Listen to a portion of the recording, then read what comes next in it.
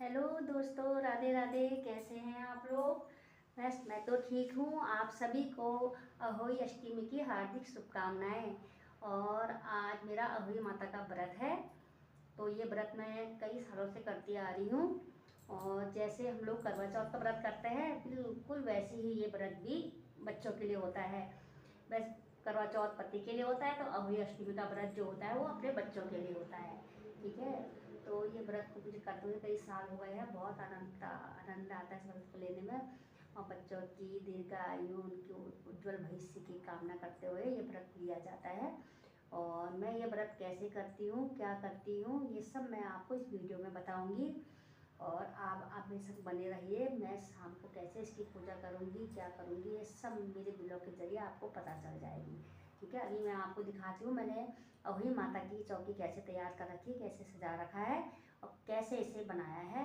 तो मैं सब आपको दिखाती हूँ। ये देखिए दोस्तों, ये है अहोई माता। सबसे पहले ये देखिए, ये है हमारी अहोई माता। अहोई माता ये दिख रही है आपको? ये है अहोई माता। और ये देखिए, एक ये है करवे करवे। एक करवा मिट्टी का है तो दूसरा है तांबे का। और उसके ऊपर तांबे की कटोरी, मिट्टी का होगा तो मिट्टी की कटोरी भी हो जाती है। ठीक है। और यह है श्याम माता की माला। श्याम माता बोलते हैं।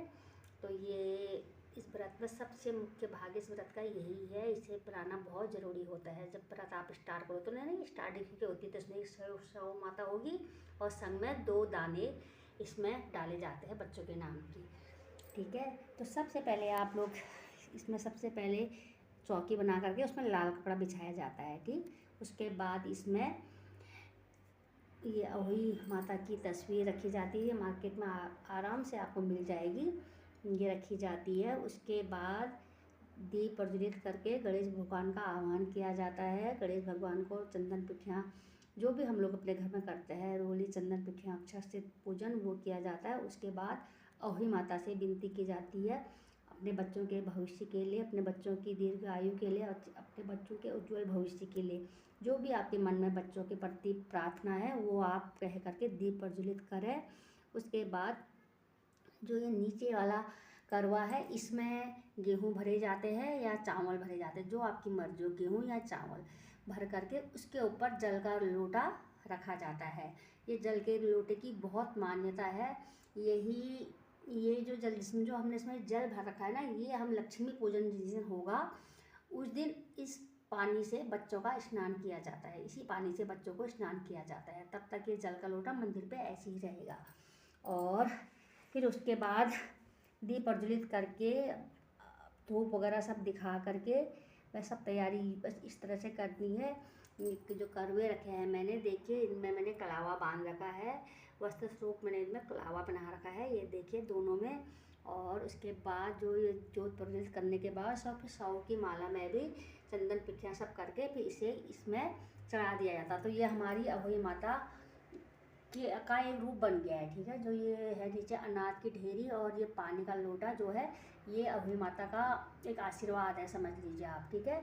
और उसके बाद आप इसमें श्रृंगार का सामान भी रखा जाता है। तो ये श्रृंगार का सामान आप अपनी नंद को दे सकते हैं, सास को दे सकते हैं, वो आपकी मर्ज़ी। साड़ी तो मैं अपनी सास को दूंगी और जो श्रृंगार का सामान है वो मैं अपनी नंद को देती हूँ।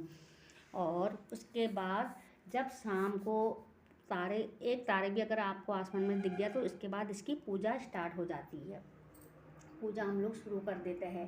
तो फिर जैसे ही आप पूजा स्टार्ट करते हैं, तारे निकलते हैं तो अंदर आकर के फिर हम लोग क्या करते हैं, बैठ करके दिया बत्ती सब करके दोबारा से, ये तो सुबह की पूजा का है। फिर उसके बाद शाम को तारे निकलने के बाद जो इसका पाठ होता है, वही माता का जो पाठ होता है वो हम लोग शाम को पढ़ते हैं। ठीक है। शाम को पढ़ाई जाती है। अहोई माता की जो कहानी होती है वो हाथ में 7 दाने गेहूं के लेकर के वो कथा सुनी जाती है। ये व्रत मैं काफ़ी सालों से कर रही हूँ दोस्तों। और इसमें ये व्रत अब मेरी दोस्त भी करती है और एक मेरी 2 दोस्तें करती है ये व्रत। और ये बच्चों के लिए ही होता है।